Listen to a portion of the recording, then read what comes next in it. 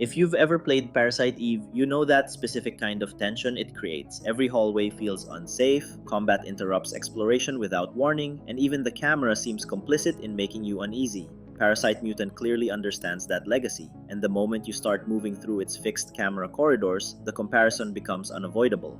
The question is whether borrowing the DNA of Parasite Eve without carrying over its constant dread still works, or if removing that pressure changes the experience entirely. I jumped into this because the demo just dropped on Steam, and right away it's obvious what kind of experience it's aiming for. This is a survival horror RPG rooted in late 90s design sensibilities, especially that Parasite Eve era blend of RPG systems and horror pacing. What stands out immediately is how confidently it borrows those ideas while choosing a noticeably lighter emotional tone. In this game, you play as Nova, a psionic agent sent to investigate an abandoned island city after something has clearly gone wrong. The setting leans into sci-fi and bio-horror, with empty spaces, corrupted life forms, and a sense that whatever happened here didn't happen all at once. The demo keeps the setup simple, giving you just enough context to understand why you're there without spelling everything out. The fixed camera angles do a lot of the early work. You can't move or adjust the camera at all, which means discovery comes entirely from how you move your character through the environment.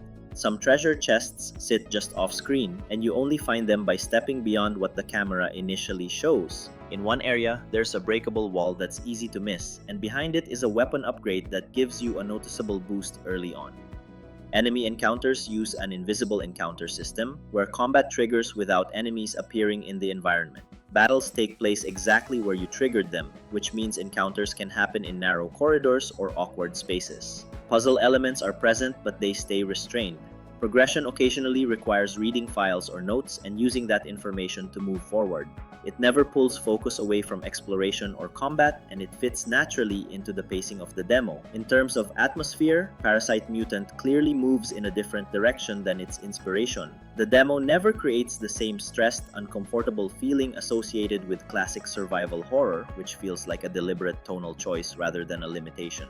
The anime-influenced character designs, cleaner visual presentation, and music soften the experience considerably. The demo is also generous with ammunition, which removes much of the anxiety tied to resource management. Even with the optional retro filters enabled, the game never feels oppressive. It's tense, but never overwhelming. Combat revolves around an active time chain system. You move freely in real time while waiting for your action bars to fill. Each bar can be spent independently on attacks, items, or skills. Melee and gun attacks cost 1 bar, while skills consume 2 bars and draw from EP, which functions like mana. Positioning matters more than it initially appears. Every attack has a visible range indicator.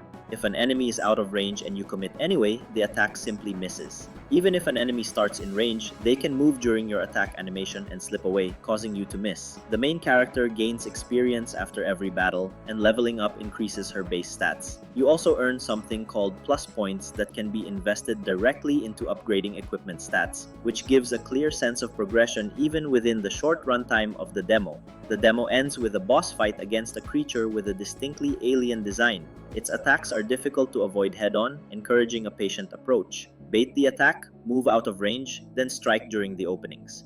Parasite Mutant doesn't try to overwhelm you in its opening hours. Instead, it focuses on establishing its systems, tone, and intent. It clearly respects the legacy it draws from, even if it chooses not to recreate the same level of pressure. As a first impression, the demo feels thoughtful, experimental, and confident in what it's trying to become. If you want to try the demo yourself, the link is in the description. And if you enjoyed this breakdown, consider liking the video and subscribing to Boss Room Banter. I'll see you in the next one.